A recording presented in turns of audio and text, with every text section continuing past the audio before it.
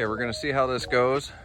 2003 Dodge Ram, 4x4 Cummins. Just got done doing the ball joints. Before I get it aligned, I think I'm gonna do the 2009 upgrade on the steering to a T style instead of the Y. So I'll let you know how it actually ends up, if it was easy, hard, what we're doing. But I mean, my old stuff, it's pretty rusted, nasty, probably needing it. But my big concern is if I take it in for an alignment, they're not gonna be able to turn any of those parts. So I might as well just get it changed out now. I'm not too worried about the nuts on the tie rod ends because I had those off when I was doing the ball joints. But you do want to hit PB Blaster. You're gonna wanna hit up there. You're gonna wanna get that right there. And that's about it. The rest of it can just stay together and we'll pull it out. All right, to give you an idea here, these two nuts came off pretty easy. Gonna get this one loose up here. You just gotta give it a couple taps to get it up. This one popped off just fine. Looks like this piece is probably gonna get replaced in the new kit. So we'll see there. All we got left, loosen up the ends and pop it off. Okay, so let's take a look at what we got going here. The old one here is what you call a Y style. You know, it comes down from the steering box and this piece has the tie rod end on it. And then it comes off of here to the other tie rod end. And with that style, technically your toe could change as the truck goes up and down. With the 2009 style is what you see right here. You can see it's a T style, so from left to right, it is tied together. That steering toe setting won't ever change. And then you can just go up and down. This heads up to the steering box. Now, looking on the internet, there was multiple choices, so that's why I kind of showed you that I got this Moog one. You know, you can get Carly ones for $1,000 some dollars. You know, I don't have, let's see what I'm running here. Yes, I need new tires. But yeah, I just have a 285 7017. So they're not overly big tires. If you got bigger tires, maybe you want to go Carly or something, but put a quick clip of the price of the new Moog one right here and where I got it from. But comparing the two, this newer one is a whole lot thicker in a lot of areas. You can even see on the ball joints, there's just tie rod ends. Why do I keep saying that? Tie rod ends, it's a bit thicker. They are greasable. Even all the other parts are just way thicker than what came off. So I can imagine it's gonna be stiffer. Even the threads are a lot bigger. So there's what he had is old.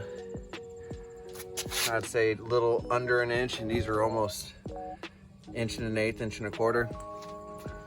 And this is all just to help to never get death wobble again. You know, ball joints were my problem with that, but this is just gonna help one step further. What I do want to do though is I wanna try to put these close together and try to get the new one about the same distance apart, so my toe's not extremely off, because I will need to get this taken to the alignment shop.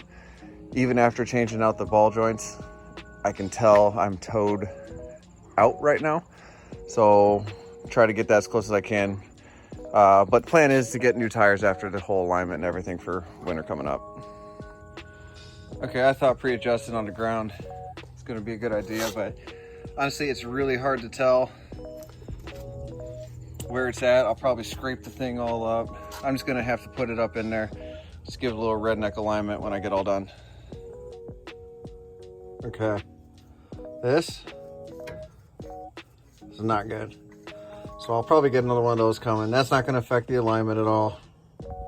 Half debating on whether or not to just replace this one, or I've seen it where there's other kits that add one shoving the opposite direction up on top here. So you can adjust the pressures of them to keep your steering, and you can actually adjust your steering where you want to go. So you always, when you let go of the steering wheel, you track straight ahead. We'll see how that goes, but we'll just put this on for now just to get it all back together. Okay, I'm gonna say this is the one unexpected or problem that I discovered. So as you can see, this new T-style, it just has a bolt coming out right here for the steering stabilizer. Before, it actually slid right on there, and then that part went through the steering arm. But this hole is a lot bigger than that bolt, so since this is bad anyway, I'm just gonna go ahead and bolt it up just to keep it from flopping on the ground. And then as you can see with this rough country kit, it actually has some sleeves that come with it, probably to adapt depending on which style of steering you have. So we'll look into something like that. Otherwise, we'll just get it off the ground for now. Okay, so looking at the front of the truck, steering box is over here and it comes down to here. So I've straightened out the steering wheel. First thing I want to do is get this tire straight. So I think what I'm gonna do is a string line from that back tire, and you can tell when it hits the back tire, and I'm just gonna kind of compare it. Let's see here.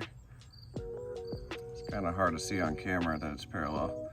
So I basically got that tire looking good right there. So what I'll do is I'll lock down right up top there, that one right there.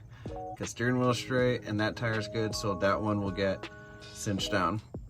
After that, I'll do the same thing on the other side, and then everything will, from here on out, we'll adjust that one right there.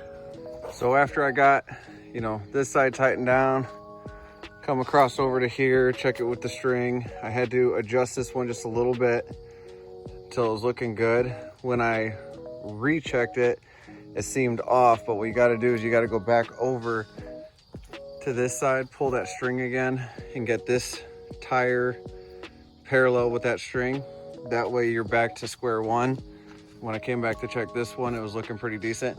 It only has to be good enough to get me to the alignment shop, and honestly, I don't care about the tires, so it doesn't matter if they wear weird. And hopefully alignment will just be next week. Overall, very easy to put in. I'll get that steering stabilizer figured out under here, but here's the final look of it. And it should feel a lot better.